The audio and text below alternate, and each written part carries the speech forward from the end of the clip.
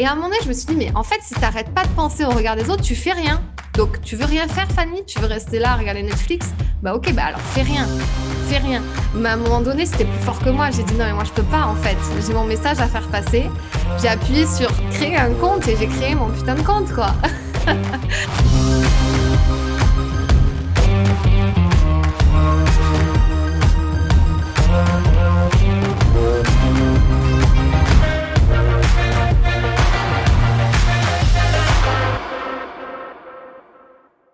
Tu vois, le regard des autres, ça, c'est le pire. Le pire, on est tellement en train de toute la journée en train de se demander si on va plaire aux autres. C'est un fléau, mais c'est une catastrophe, tu vois, parce que si on lâche ça, ben on lâche prise en fait. Et quand on lâche prise, ben on s'en fout du regard des autres, on a confiance en nous, en ce qu'on vaut, et on avance.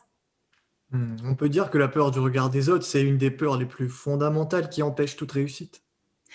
Ouais, alors tu sais que en étant formatrice dans la prise de parole en public, on dit que quand même, je crois que c'est la deuxième, alors je sais pas quelle est la première, mais la deuxième plus grosse peur, c'est la prise de parole en public. Mais pourquoi? Parce que on va être vu, on va être regardé, on va être entendu. Et oh là là, si on fait quelque chose de travers, si on s'exprime mal, si on dit pas ce qu'il faut dire, on va être jugé et on va être jugé nous-mêmes. Et en fait, c'est lié, tu vois, cette peur de prise de parole en public, cette peur du regard des autres. Hmm. Et pourquoi véritablement on n'aime pas être mis en avant? Parce que on va avoir des jugements et des critiques. Soit ça ramène à un truc de négatif, encore une fois, dans l'enfance, ça ramène à un truc où parce que tu as subi des critiques, tu as subi des remarques et ça rappelle des mauvaises choses aussi, mais tout simplement parce que ça te fait pas du bien et que personne n'a envie d'entendre des remarques et des critiques. Mais c'est surtout, moi, je pense que tout ça, c'est à l'intérieur et qu'on se fait tout un truc. Tu sais, moi, avant de lancer ma page Instagram de coaching, je me suis dit, oh là là, mais qu'est-ce qu'ils vont dire mes anciens amis, les gens dans l'hôtellerie, dans le tourisme, etc., que j'avais rencontrés. Mais tu sais, je me posais mille questions. Je me disais, mais d'un coup d'un seul, je suis coach, quoi, tu vois, dans leur tête, alors que dans moi, dans mon processus, non, tu vois. Et donc, je me dis, mais... Et à un moment donné, je me suis dit, mais en fait, si tu n'arrêtes pas de penser au regard des autres, tu fais rien. Donc, tu veux rien faire, Fanny? Tu veux rester là à regarder Netflix? Bah ok, bah alors fais rien. Fais rien. Mais à un moment donné, c'était plus fort que moi. J'ai dit non, mais moi, je peux pas, en fait. J'ai mon message à faire passer. J'ai appuyé sur créer un compte et j'ai créé mon putain de compte, quoi. Tu vois? Et parce que à un moment donné, je pense que les choses te dépassent. Si elles sont fortes en toi et connectées, ça te dépasse. Et donc, plus de regard des autres, confiance en toi, tu oses et t'arrêtes de te poser des questions.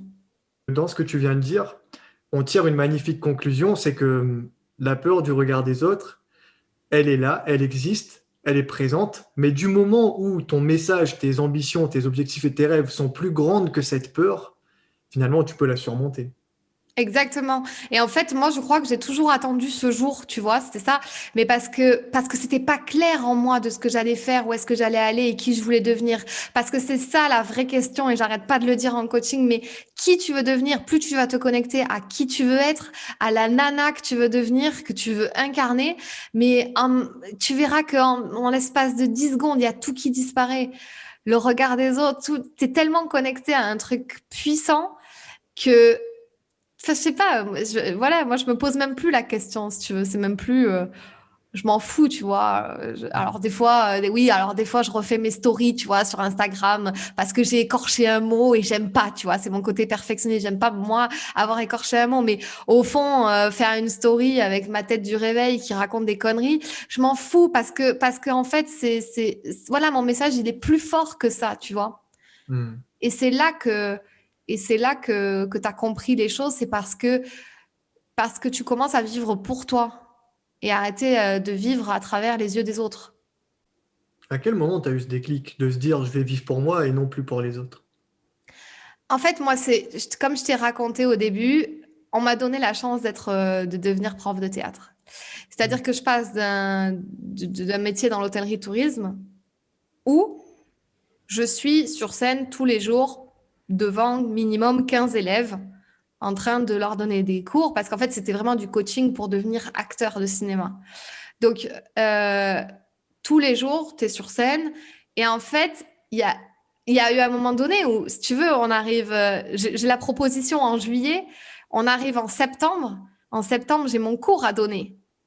Donc, tu te poses pas de questions. C'est demain le truc. Demain, bah, comment tu fais, Fanny? Bah, t'y vas et c'est tout. Tu vois? Et tu vois. Et alors après, bah, évidemment, s'il y a des choses qui vont pas, on te les dit, etc. Mais à un moment donné, pour moi, c'est la mise en action. Si cette vidéo t'a plu, tu peux la partager à un ami qui en aurait besoin. Tu peux aussi t'abonner à ma chaîne YouTube pour m'encourager.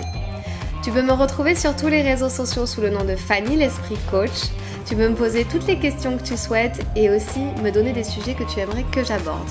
Je te dis à très vite dans une toute nouvelle vidéo.